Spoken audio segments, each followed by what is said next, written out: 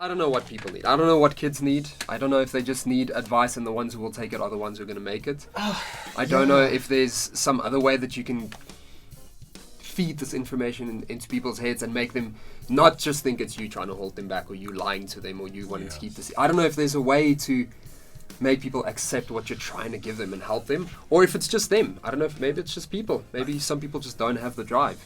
Yeah. So I think there's got to be more display of what happens behind the scenes. Yeah, true. Not just the mentioned flash. The thing of people seeing your symbols and all that, and they go like, "Oh, check, Sabu's got another new kick."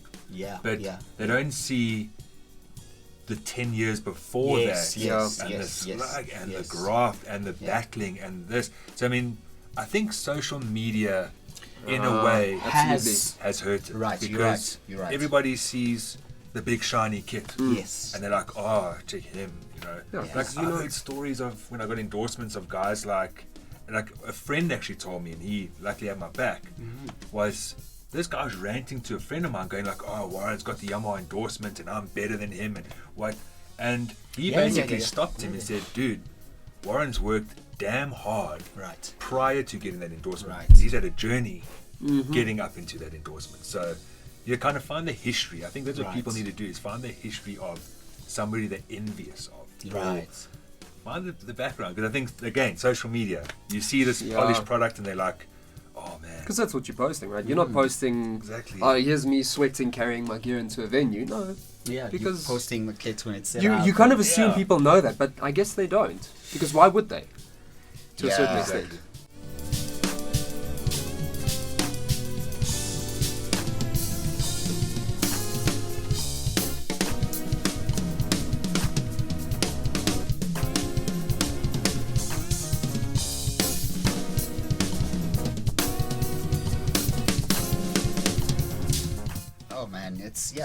It's sad, because I think people think because I'm a drummer, you're a drummer, we're all at the same level. Right. And the truth is, we're not. No. We're not. I can never place myself at Warren's level. Warren has done things and accomplished so many things that I may know and may not know of. Just like I've walked my own journey. We're just different people, and we just have to accept that. So I can't arrive in the industry 3 days ago and expect to be treated like Louis. Exactly, man. It's just like in a company, when you get employed, you start right at the bottom and you build your way up. Starting a business, you build it from the ground up, slowly but surely. There's nothing that happens overnight. Right. And I think I found a way to sort of deal with some of these questions, and it ends up going to a part where people say, "So how much is a DW kit?" We get that so much. Yes. So how much is a DW kit? Don't worry about that. Don't worry about it. Okay. I don't think you should be worrying about buying a DW kit right now. Get a DB percussion, man. Yeah, I think buy what you can afford, or buy something you can practice on.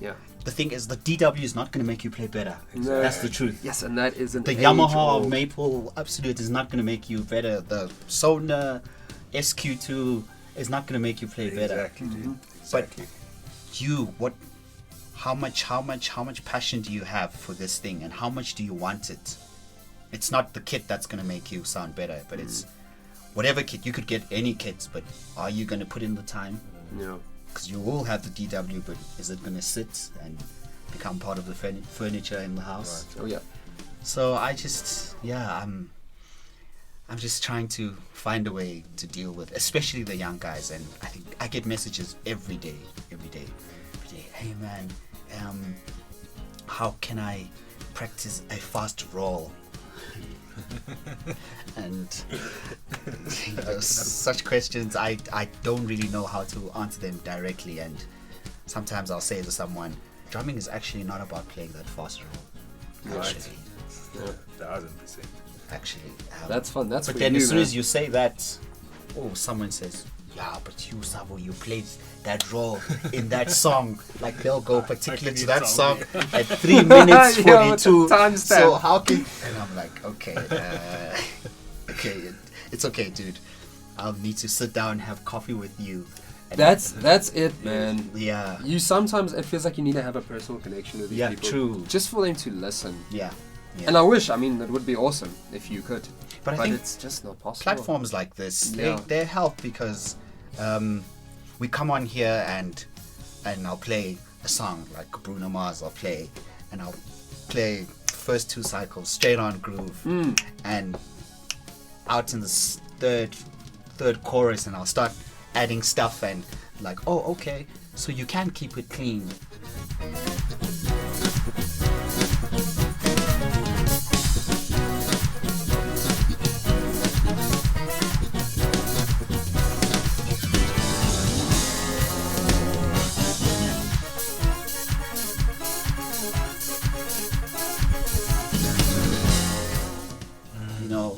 And I'll say to people sometimes, go listen to a Zahara album, listen to track 2, just listen to the drums there. And someone would say, hey man, that doesn't sound like you at all. I'm like, no, you're wrong. Actually, that does sound like me. But that's because I'm a professional musician. That's what I do. I interpret what the song means. Right. And I'm not trying to impose what I can do in the song. I'm just playing what the song needs. If the song just needed kick, snare, and a ride, it's exactly what I'm going to do in that song. And that's it. That's it. Like you said, it's way more than that. It's way more than just playing a fast roll. Yes, when a song requires a fast roll, hey man, by all means, you've got the space, and the other musicians are allowing you to as well. You need to be cautious of the other guys who are with you on stage. You know, when you're playing, it's a language. You guys are speaking to each other. And if the space is there, someone has opened the gap for you. Yeah, take it. It's fine. You know, I'll play that one fill. But after that, come out of it. Exactly. You know, leave the next one for someone else. Let's hear what someone else has to say. No, win and win not. Yeah, it's a conversation.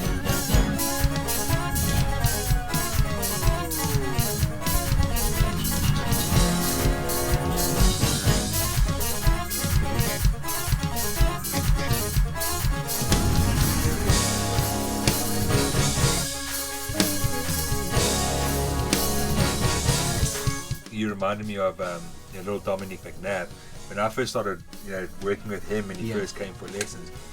This is probably my proudest moment ever teaching anybody. Right. Was I watched his videos? Drummer. Yeah, this was years ago, man. Like his dad sent us a video just saying like, "Hey man, what do you think?" I think he was 9 then or something, and watched the stuff and I was like, "No man, like you got to bring him. I need to work with this guy." And he came for his first, and I saw the chops. Right. Yeah, so like he's got skill for days. Right. Sits on click. But the first lesson when he came here, he was super amped. But I gave him Billie Jean to play. Okay, so I said to him, and I almost took a risk because you could, 9 years old, dude. They can go like, "Oh, hey dad, this guy's mad, man." Like he didn't show me any fast licks or anything, you know. But I was like, I saw the potential in him. Yeah. So I gave him Billie Jean. Yeah. And I said, dude, you're gonna play the pocket. You're gonna play the 8th note groove. Yeah. Kick 1 and 3, snare 2 and 4 for those 4.5 minutes. Right. And I remembered he was like, So just imagine him doing that. Yeah, exactly, little Dom. Yeah. So anyway, the class ends. His dad comes to me, good old Clint, love him. He came to me and he's like, "So how'd it go? You know, so what must you work on? You know."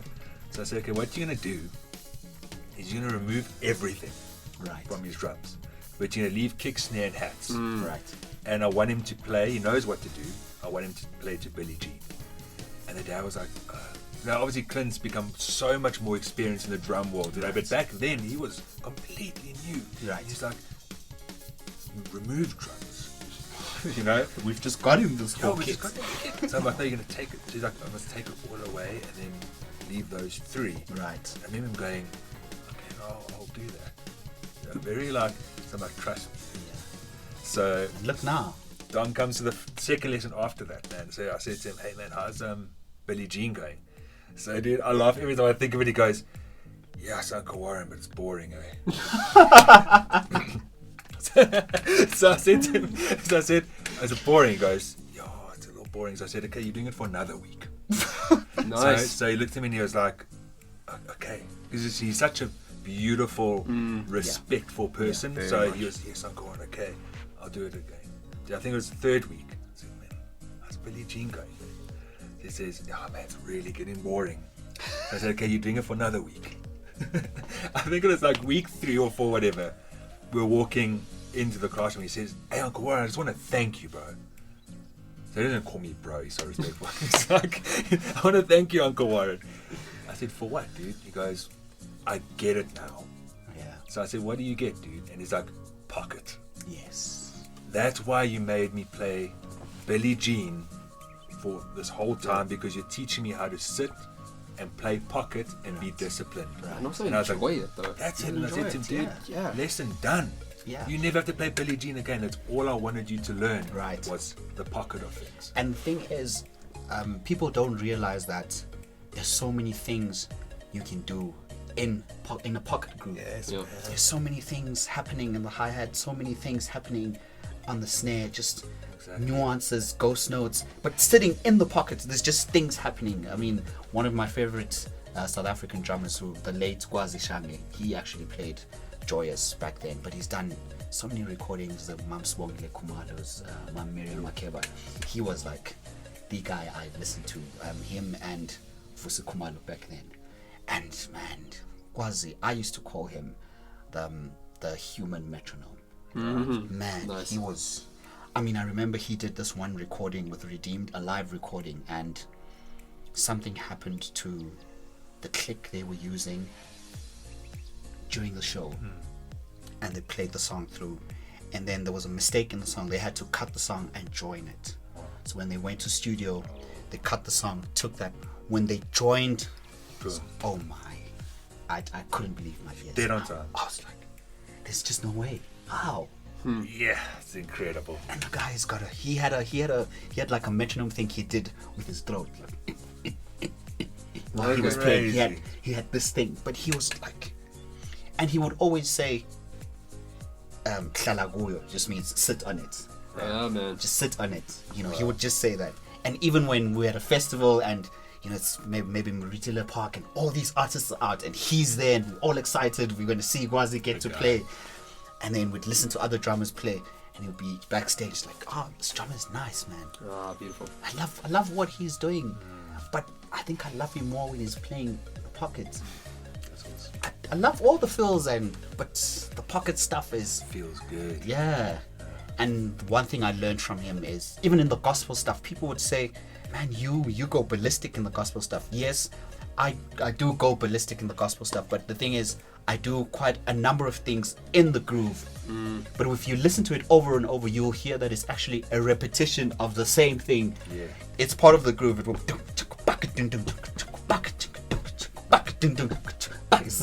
It's part of the groove. Yeah. Someone will be saying, "But there's a tom there. I heard you play." Yes, there is a tom, but it's actually part of the groove. Yeah, man. It's in the pocket. It's sitting there. Dude. And when Love people that. go and listen back, they're like, "Oh, actually, yeah, you're right." But that's it, man. I love teaching that as well. Is you can, I know you taught not to overplay, but you can overplay as much as you want as long as you know what you're listening to in the song, what you're not supposed to be stepping on the toes of. yeah. If you can hear the rhythm, the groove, where the pocket is Yeah, in the song, yeah. you can do whatever you want over Yeah. that, and the pocket is there, man. Yeah. I love doing that. I love teaching that, but it's difficult, man. That takes time. Yeah. And the truth is, I won't lie, actually, even as a professional, sometimes I don't hear where the pocket is. Especially with creating music. I get excited when we create music, when we have to record new albums and then the song, it's a new song, like you need to come up with a groove. And the bass player will just be on my case. So no man, I don't know, man. Yeah, often, man. I don't know, maybe less snare. And I'm like, what does he mean less snare? Like, I'm only playing the 2 and 4. yeah, I'm like only playing the 2 and 4. But I mean, he's hearing those ghost notes. Sometimes they're not needed because the type of song just doesn't need them. Yeah. Or less hi-hats. I mean, I heard a piano player told me once, "Man, can you just play metronome in the hi-hats?" But literally, the song was. I'm like, oh my. And then you listen to post-production. and they've added sequencing, and there's other sounds happening, ambient sounds behind it, and there's the reverb on that rim shot, and it's like, oh my, okay, Yeah. now I understand. Now you understand. Love it. Man, music is just, it's an experience. It is the best Yeah. thing in the world. Yeah. So closing up with that, man. Yeah. Anything you want to shout out or put out there? I mean, this was such a good chat. I think we're going to learn so much from this. fun as well. There's a lot of info to take in, but incredible. Anything else you want to add on to that or shout out, and then we can finish up? And wrap up? Nothing really. Just you guys keep checking out SA Drummer. All the videos they're posting, they are on social media, Instagram. Subscribe, set your notifications so that you know when they've posted stuff. I see some of you keep sending me messages. When is yours coming on? When is yours coming on? If you have your notifications, you will know when is Legan coming on, when is so and so coming on. They're always posting, and they'll probably be asking who you want to see next. So make sure you just follow them, and probably some exciting material coming up soon as well. So look out for that.